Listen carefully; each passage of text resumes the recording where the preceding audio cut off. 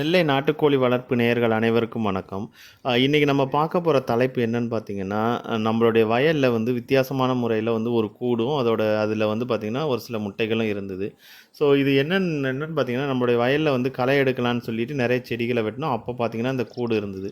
So எங்களுக்கு இதில ஒரு டவுட்டாவே இருந்தது. இது வந்து என்ன வகையான முட்டையா இருக்கும்? இது வந்து பார்த்தீங்கன்னா, இந்த காட்டுலலாம் வந்து பார்த்தீங்கன்னா, செண்பகம்னு சொல்லுவாங்கல்ல, அந்த மாரி இருக்கலாம். இல்ல மயிலா இருக்கலாம். மோஸ்ட்லி எங்களுக்கு தெரிஞ்சு இது வந்து இந்த கௌதாரின்னு சொல்லக்கூடிய முட்டையா இருக்கும்.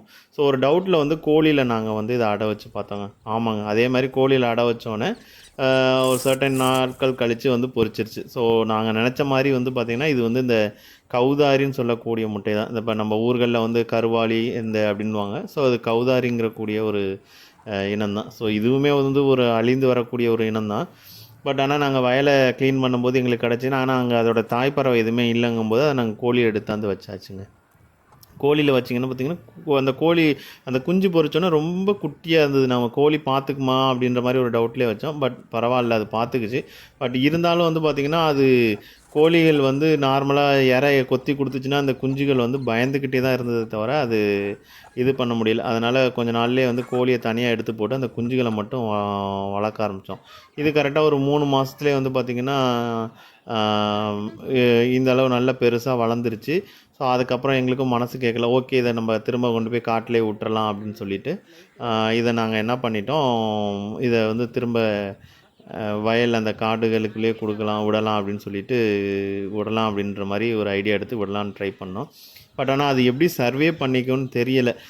இருந்தாலும் அத பிடிக்கும்போதே வந்து பார்த்தீங்கன்னா, ஒரு 2, 3 இது வெளியில வந்துருச்சு. ஸோ அது வெளிய வந்தோனே மேபி நாங்க என்ன நெனச்சோம்னா, இது இங்கேயே இருக்கட்டும். ஸோ சும்மா கோழிகள் கூடயே இருக்கட்டும். அப்படியே பறந்து போயிரும். போச்சுன்னா போலாம் அப்படின்னு சொல்ல மாரி விட்டோம்.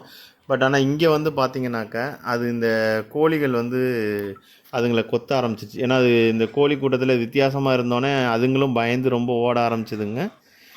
பட் அதே டைம் வந்து பார்த்தீங்கன்னா, இதில இங்கே சர்வே ஆகிக்கிடாதுன்னு எங்களுக்குமே தெரிஞ்சிருச்சு. ஸோ பறக்குது, நல்லா ஹைட்டா பறக்குது. பட் இருந்தாலும் இங்கே தான் திரும்ப திரும்ப இதுக்குள்ளேயே வந்து விழுந்துட்டு இருந்தோனே, கோழிகள் வந்து கொத்த ஆரம்பிச்சிருச்சு. இப்போ பார்த்தீங்கன்னா, அந்த கோழிகள் வந்து அத கொத்த தான் தொரத்துதே தவிர, இங்கே வந்து இருந்துக்கிடாதுன்னு எங்களுக்கும் கன்ஃபார்மா தெரிஞ்சிருச்சு. ஸோ அத நாங்க மெதுவா இந்த வெளியில விட்டதுமே எங்களால ரொம்ப பிடிக்க முடியல. ரொம்ப கஷ்டப்பட்டு தான் பிடிச்சோம். எல்லா கோழிகளுமே அத கொத்த ஆரம்பிச்சு எங்களுக்கே ரொம்ப ஒரு மாரி கஷ்டமா போச்சு. ஸோ அத கஷ்டப்பட்டு புடிச்சு ஒரு பாக்ஸ்ல போட்டு, அத நாங்க திரும்ப மறுபடியும் அ வயல் தோட்டத்திலே விட்டுறலாம் அப்படின்ற மாரி ஐடியா பண்ணோம். ஸோ அத கடைசியா ஒரு வழியா நாங்க புடிச்சுட்டோம் அத. ஏன்னா, இப்ப நாங்க அந்த முட்டைய அங்கேயே போட்டு வந்திருக்கலாம். அது வச்சிருந்தோம்னா எப்படி இருந்தாலும் காக்கா கொத்தியிருக்கும். இல்ல ஏதாவது பாம்பு வந்து தின்னுட்டு போயிருக்கும். ஸோ கஷ்டமா இருந்துச்சு. ஸோ அதனால சும்மா வச்சு ட்ரை பண்ணி பார்க்கலாமே, பாவம் இறந்து போயிறக்கூடாதுன்னு சொல்லிட்டு, அத கொண்டு வந்து கடைசியில இந்த அளவு வளர்த்துட்டோம். ஸோ ஆனா அது கோழிகள் கூடயும் வைக்க முடியாது. ஏன்னா அது வந்து ஒரு காட்டு பறவைன மாரி தான் அதெல்லாம். அத நம்ம வீட்ல வைக்கலாமாங்கிறது நமக்கு தெரியல. ஸோ அதனால திரும்ப பாக்ஸ்ல போட்டு, நம்ம திரும்ப வயல்லே கொண்டு போய் போடலான்னு முடிவு பண்ணிட்டோம். இத வந்து பார்த்தீங்கன்னா, அதில மொத்தம் 5 குஞ்சு பொரிச்சிருந்துச்சு. 5யுமே நம்ம எடுத்து விடலான்னு சொல்லிட்டு ஒரு பாக்ஸில நானும் எங்க பாப்பாவும்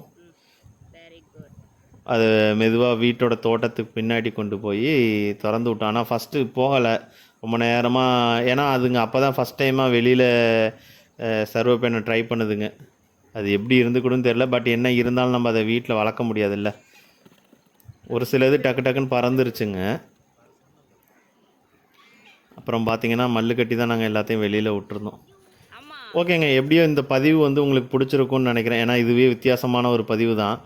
எங்களுக்குமே ஆச்சரியமா இருந்துச்சு. இது என்னன்னே தெரியாம இருந்து எடுத்து வெளிய விட்டதும் எங்களுக்கு ஒரு புதுவிதமான அனுபவமா இருந்தது. இந்த வீடியோ உங்களுக்கு பிடிச்சிருக்கும்னு நினைக்கிறேன். மறக்காம லைக் பண்ணுங்க, ஷேர் பண்ணுங்க. நன்றி.